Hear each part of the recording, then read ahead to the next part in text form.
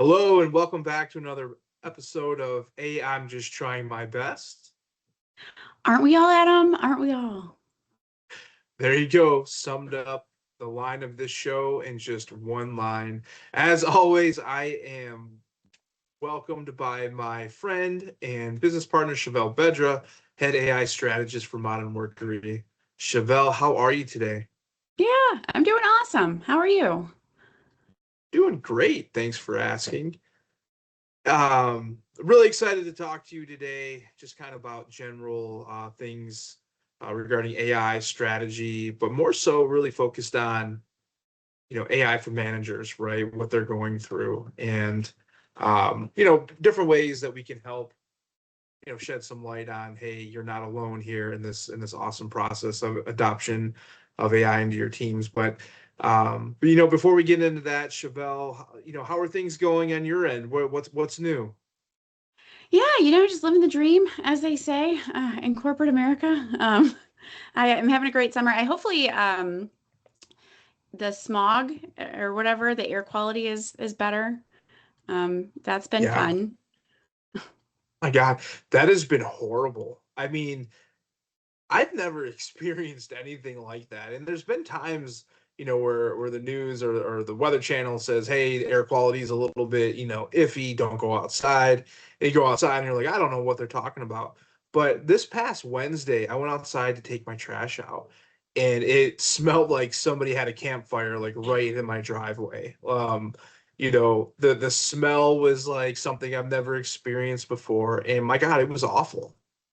Yeah, it was nasty. I'm also one of those like, it's fine, like I'll be fine whenever they say like don't go outside. But I went and I cut my grass and I Oh.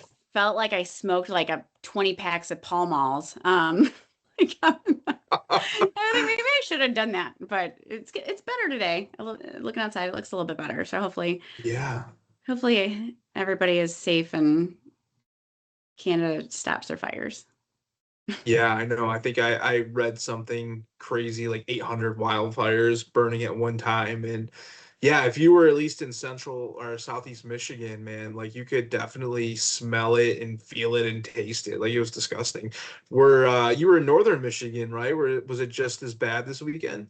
Yeah, it wasn't that bad. We kind of escaped it. And I used Copilot actually I use Copilot for everything. I don't have like an original thought anymore or brain cell. So I was like, hey, Copilot, can I go up north? Is it safe there? And it actually kind of gave me like, a rundown of when the air quality could get better and all that. So we actually were able to go up there this weekend and escape a little bit of the worst of it, which was nice. But Yeah. back in the Detroit area.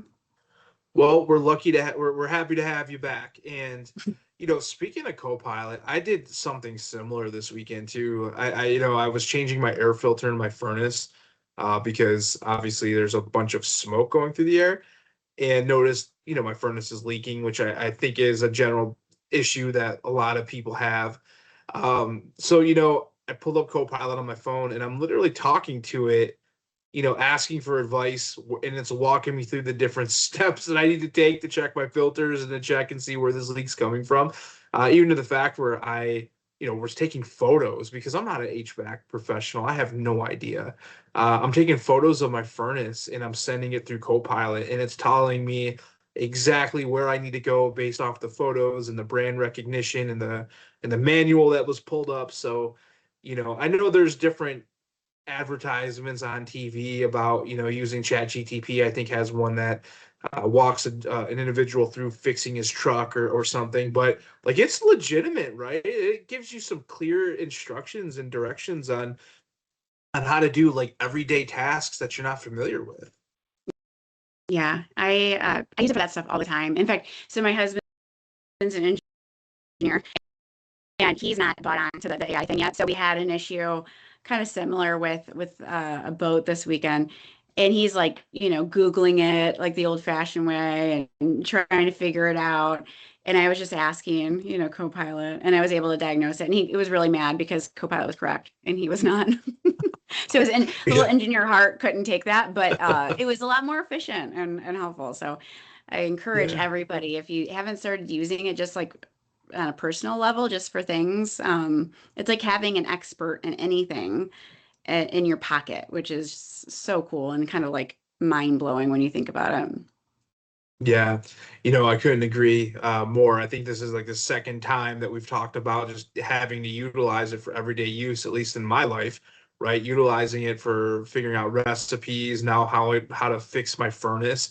But what's funny is that you mentioned the old school way of Googling it, right? You're like, oh, my husband, he did it the old school way of Googling it, where I feel like that's not necessarily deserves that title, as far as old school, but I definitely know what you meant by it. Yeah. I call him Grandpa. Grandpa Tim needs to get his Google machine out. But like, it's a good question because like, a lot of people are like, well, why can't I just Google it? That's what he says. Well, why can't I just Google it? But what's cool about like these tools is they pick up about you, like they learn about you every time you use it. So a funny story on that with my husband as well. He's gonna get bashed on this episode, but so my car was making this like knocking sound, and Tim, my husband's like, oh, it's fine. It's fine. I'm like, okay, it doesn't seem fine, but that's cool. So I actually took a picture of the wheel and asked like Copilot to say, hey, is this fine? So not only did it say like, yeah, that's probably not fine. You probably should get that checked out. But it also sassed my husband. It said, here's a text message that you can send him. And it was kind of sassy. Like, I know you want to be right, but we also want your family to be alive. So can you take it to the shop? So a Google search would not have given me that sass. So it's just an example. Like the more you use it for just different things, it just picks up about you. So if you haven't started, encourage you to use it. Yeah. I just want to go on record here and let you know that I do not condone the bashing of Tim. Tim's one of my best friends, so I do not approve Okay. these messages anyhow. But I do see where are coming from. But so, that's a big question, right? Is what's the difference between asking Copilot and then doing a Google search? Honestly, it's that. It's like it's personalized. So, a couple things. It's personalized to you. So it knows about you. It knows, so for example, if you ask it to help you find a recipe, right? Like over your interactions it's had with you, it knows what you like, what you don't like. It knows your family composition. It knows kind of how busy you are, like if you like to cook. Like, so it's picking up on that context. So when you search and you get responses, it's immediately more personalized to you. That's why it's really important that you use these tools as much as possible. So that way they're picking up on that context. And another big difference is that it meets you where you are, right? So if you are not a good cook, you can say, hey, I have never cooked anything in my life. I am terrible. I need you to walk me through this like step by step. And it'll do that. Or if you're like a Michelin 5-star chef, hey, walk me through this, give me some variation. So it can kind of meet you where you are and you can learn and digest that information in a way that you know, receive information best. So like if you want it in a poem, it can write you a poem, like you could draw you a picture, right? So from a personalization and from like a just tailoring the response to you, it's a lot better than just a Google search. Yeah. So I mean, what I'm hearing for those that are not AI enthusiasts, when you search in a Google search, right, you're searching for web-based information to populate, right? So if you search in, I need a recipe for barbecue, right? It's going to give you links to click on about recipes for barbecues. However, if you do a Copilot search, it's going to mimic or not mimic, but it's going to gear a response based off what type of information that you've already given it, right? So it's going to give you directions versus giving you links to find those directions, Yeah. And right? the hard part though is it does take a bit of time to get that context. Just like, again, you need to think about these tools like they're a really smart assistant. So the more Mm, that you work with them, the more information that you give it, the more context you give it, the more that it's going to be able to give you better responses. And so a lot of times people will use Copilot one time. And of course, the answer is going to be a little bit generic when you start off because it doesn't know you. And they're like, this is stupid. And they're like, ah, this is dumb. I could have got this on Google. Well, it's going to be Mm, dumb until it knows you, just like an intern or assistant's probably going to be dumb, about you until it knows you. So you got to kind of stick with it until, like, there's always a moment that people have where they're mesmerized and they're like, wow, this it knows me. Like, it knows my team. It yeah. knows the work that I'm trying to do. And once you get to that, you're like hooked, but you got to stick with it. Mhm. To get What there. would you tell the folks that hear that and they get a little bit skeptic of, oh wait, Copilot's gonna listen to me, gonna hear me, gonna, use the data that I've given it to get to know and understand me. And, that can be scary for folks to kind of make that adjustment or realization. What do you think about what message would you tell individuals that are skeptic about too much information going into these AI LLMs or whatever, they're calling them? Yeah, I mean, like, I'm not a data expert, but they're getting your data anyways, right? If you have Alexas in your, your home, if you have your phone, like, they're getting your data anyways. You're crazy to think that they're not. Like Tesla, right, has like the most data like in the world or something crazy. So your data's out there. And you're getting data, you're giving data out by doing Google searches too. They can scrape your IP addresses and see where your, websites you're visiting. So I see where people are a little bit concerned about that, but your data is already out there. Now, if you're using the free versions, you want to be a little bit more careful and not put like any proprietary or sensitive information out there, like your social security numbers or things like that. But your data is already out there. And Yeah. from a company perspective, if you're using it, that's why I really like Copilot because they have that enterprise data protection. So if you're using it on a business account, like all of your data kind of stays safe and contained and is not used to train the model. So that's why I really like Copilot versus some of the other tools out there. Yeah. And you're right about, they're getting your data anyway. I remember, and I'm not even sure if this is still going on, but there was, what was it, Ring camera, or there was some sort of camera system that they marketed. I remember this during the Super Bowl last February, that it was marketed towards, finding lost pets, right? And Oh, being able yeah. to, do you remember that, where they were like, you can find your lost pets by integrating your Ring camera to be able to track the neighborhood, right? And see if your pet has came across anybody's front porch.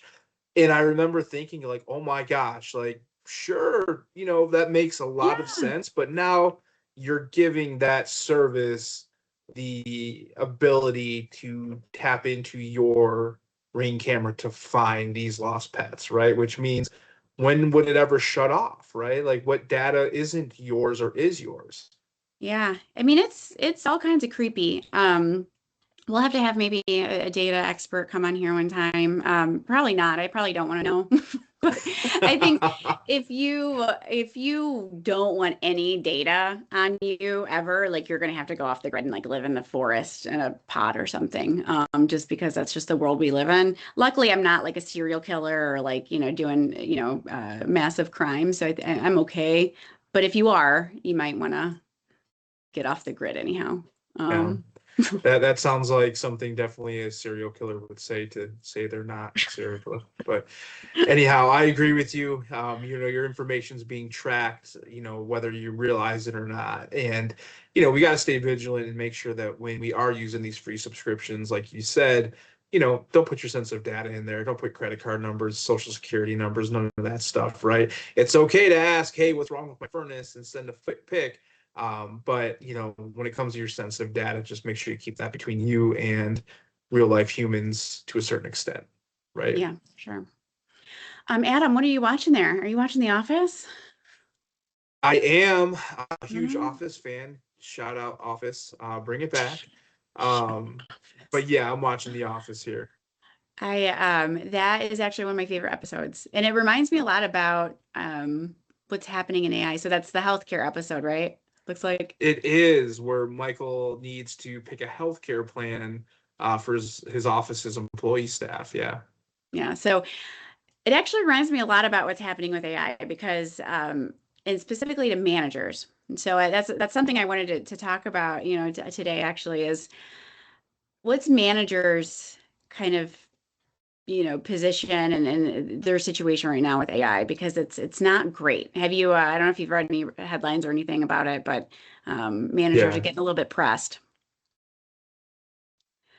Yeah, they are, right? They're feeling pressure, you know, to figure this out, right? To create strategy, to work with vendors, work with consultants to adopt some sort of strategy. And I say some sort because nobody knows, right? Yes.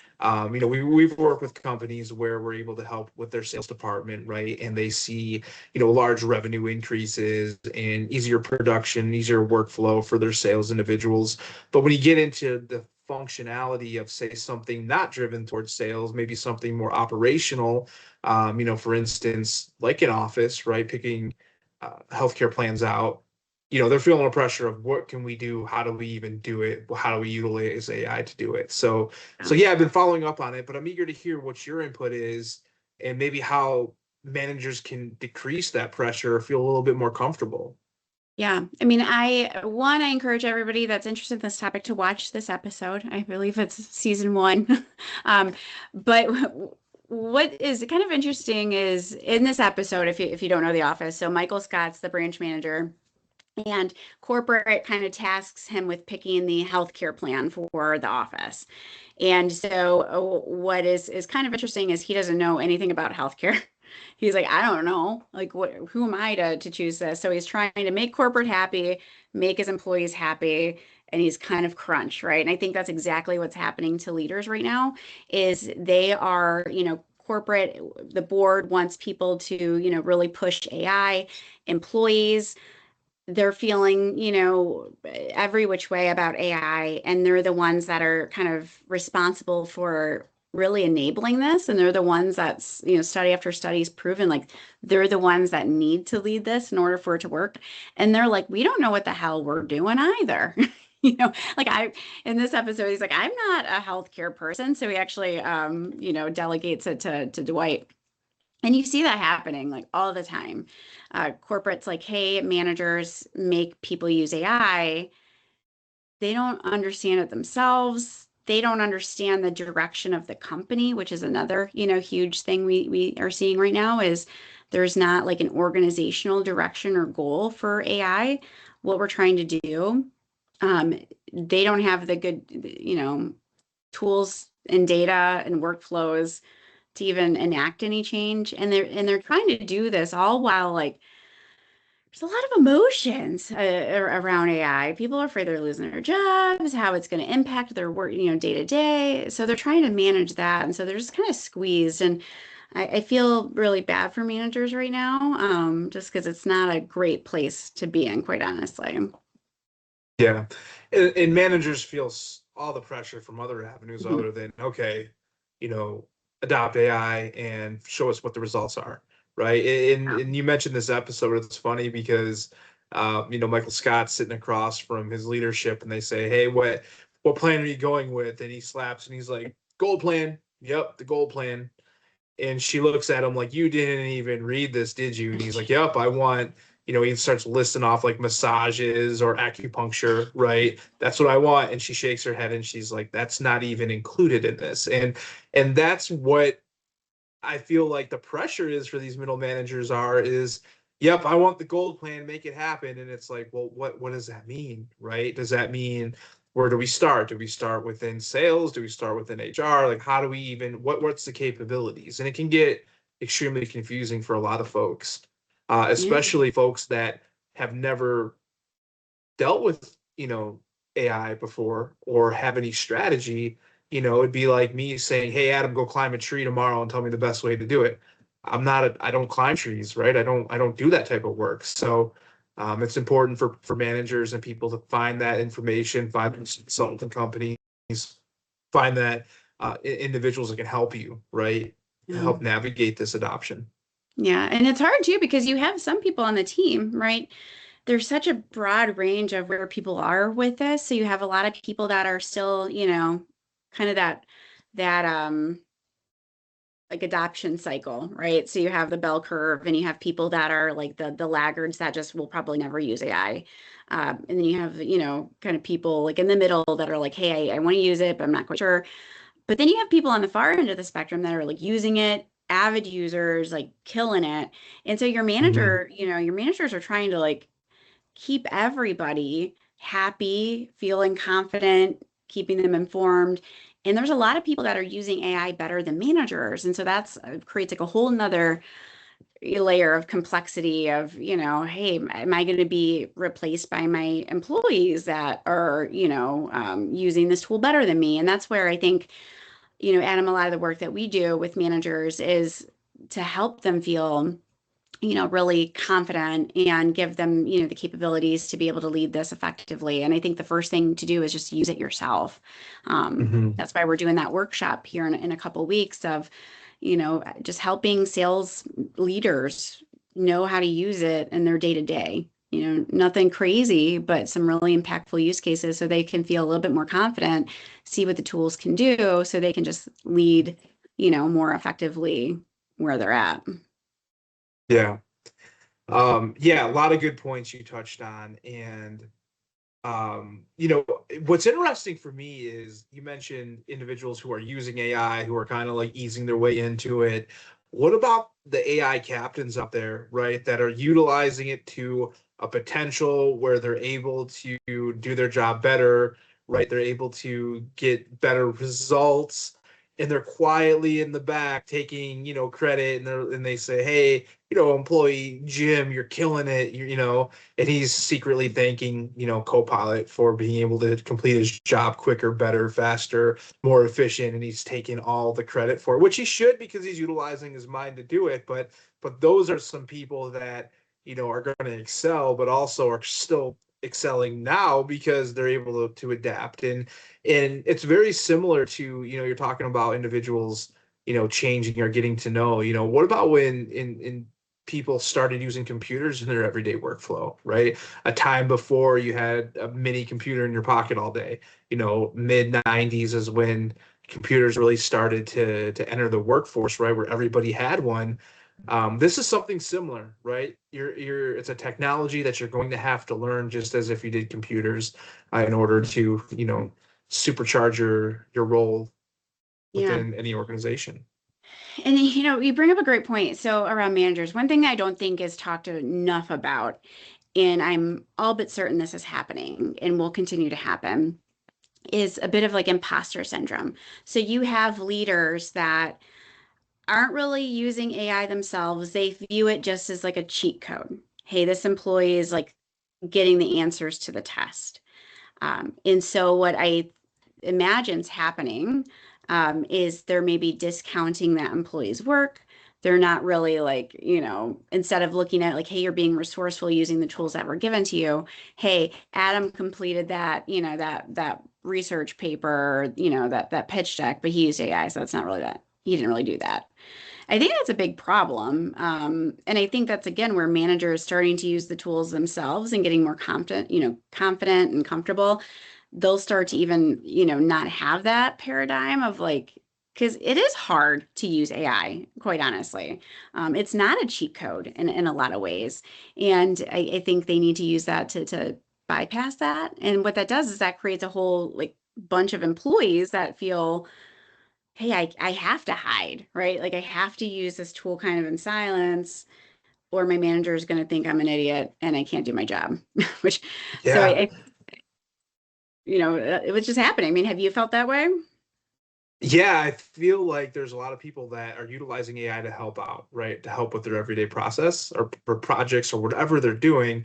And then they're afraid to say, yeah, I used AI to do it because, okay, now can I be replaced? Am I not going to be replaced? Am Yeah. I going to be moved into a different role that maybe teaches other folks how to use it like I did? So I think like you mentioned, it's people just kind of doing their thing and then looking around, seeing when it's safe to come out and share that knowledge. But, Chevelle, I do want to ask you, you just recently mentioned August 5th, 1 o'clock Eastern Standard Time. You're hosting a workshop that's called Lead Your Team, Lose the Busy Work, the AI powered sales leader. folks that are attending, what can they expect in that workshop? Yeah, I'm really excited. This is my favorite thing to do is just teach people how to use Copilot and these tools. And so it's a workshop that is for sales leaders. And basically, what we're going to do is just lean into a few use cases, like those things that get in the way, the pebbles in the shoe, how to prep for one-on-ones, how to coach more effectively, how to do, and prepare for pipeline reviews, just things that you do throughout the day that just get in the way of you being in front of your clients or being in front of your employees, and showing how Copilot can kind of take some of that off in a really easy, accessible way. So, people will have prompts that they can use. It's and it's really geared towards anybody, whether you're a beginner, whether you're more advanced, just to give leaders a bit more confidence and capability, so that way they can lead their teams more effectively. So I'm excited about it. So encourage you to join if anybody is listening to this before August 5th. Uh, check. I'm sure Adam will put the link to register in the show notes, but it's my favorite thing to do. Yeah, and this isn't a scripted training, right? This is a live workshop where you're going to be walking people through a live case scenario of what a disastrous day for a sales leader looks like, and then how Copilot can improve that same day. Is that right? Yeah. So what we'll do is we will look at a day that's kind of without AI and Copilot. And then we're going to take a look at a day with Copilot and show you those moments throughout the day that you can really like use Copilot in a really easy way. We're not building agents. You don't need to, be like a super prompter or anything. You just all you need to be able to do is copy and paste and you just use these tools, but you'll see the difference that it can make in that time that you can get back in your day. So that way you can, again, be in front of your clients more, be in front of your employees more, and not only just have that time back, but be more effective. That's one thing Copilot does a really good job, and these tools do a good job of like just finding things that we don't see, So not only just doing work faster, but doing work better as well. Yeah. Well, I'm looking forward to that workshop. I'll definitely be there. I'll give Chevelle, you a on the discount. heels. Oh, is that? Yeah, I know someone that might know somebody, so I know a I guy. appreciate Have your that. people call my people. We'll get you a seat. Space is limited, so Yeah. sign up as soon as you can. I'll drop the link in the comments here, for those who are interested. On the same topic as far as leaders and AI, in different scopes, different avenues. What are some things that leaders can do to help prepare them for, questions of which direction we should go? I know we've talked to a couple of companies, Chevelle, that are owned by private equity, and I feel like private equity is kind of the similar, Dunder Mifflin, choose a program or choose a strategy and let us know what it is. What are your thoughts, or what's your advice to leaders who are given instructions? Hey, adopt an AI strategy, figure it out. What do they do? Yeah. That's a great question. So the first thing again is just use the tools, get more comfortable, get more confident, because it's impossible for you to be able to create a strategy or figure out how your team can use it when you don't know the capabilities yourself. You don't need to be an expert by any means, but you just have to know a bit about it. Like once you start using the tool, and getting a little bit, you'll just have a much better understanding of what's possible, what's not possible, what would work best for your team. So that's the first thing, start using it. The second thing is just talk to your people. So figure out what is getting in their way, figure out where, some of that time is being wasted, where there might be some bottlenecks in the process, and just start there. Start with one workflow and just figure out, map it out before, a co-pilot of like, hey, here's what this process looks like before, and then work with the team and figure out, okay, using Copilot, where maybe some of those opportunities we can streamline this, where we can make it better. And then just start with one process or workflow at a time. Once you figure that out, then do the next. Like, I think we see a lot of people and leaders, they feel this pressure. So they're just trying to do too much. It's like throwing, spaghetti like all over the house, all over the walls. It's gonna turn into like a huge mess and nothing's gonna stick at all. So just start small, layer on, And I think that's going to be a challenge for the Dunder Mifflins of the world, because these boards, they're the ones, they want more. They want more, more, more, more. And so you need to have that strategy of like, hey, we're starting here, but here's where we're going to be in the long term, um, to appease like that upward pressure.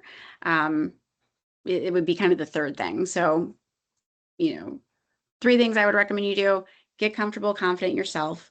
Um, Find one workflow that your team, is really struggling with. That will make a big difference. But then once you do that, then you can kind of lay out like a broader strategy and start communicating that upwards and down to your people, so everybody knows exactly, kind of the direction that you're going. Hmm. That's what I would Yeah, do. that's excellent advice, especially for people who are given, the task of strategizing. I was going to say, call us at Modern Workery. We'll help you strategize That too. your adoption strategy. Um, but your way works too. Well, I mean, yeah, call us. We'll help you through it. And that's sometimes that you just, again, that's what we do, is we just help serve as like a sounding board, help you think through things, help you figure out like, hey, where in my organization would this make the most impact? So when you're choosing that healthcare plan, like Michael Scott, like you have so many different factors that you got to kind of consider. Sometimes it's just helpful to have somebody be able to say like, hey, here's from an unbiased perspective, here's where I think you should start. And that's what we do. Yeah. And you've been doing it for a while, Chevelle. You're highly sought after in this field. So, I appreciate you being a good partner for not only to me, but to our clients as well. Yeah, I just love helping people, and making a difference. And it's cool to see these organizations and teams just make small changes, small practical Mhm. changes that make a big impact on their bottom line. So happy to do it. Yeah. Awesome. Well, we're at time for today, Chevelle. As always, it was great speaking with you. Whether it's your personal life, your work life, your AI life, none of us have it all figured out, and that's just us trying our best. And honestly, you know, sometimes that's more than enough. Chevelle, pleasure. We'll catch you next time. Awesome. See you later.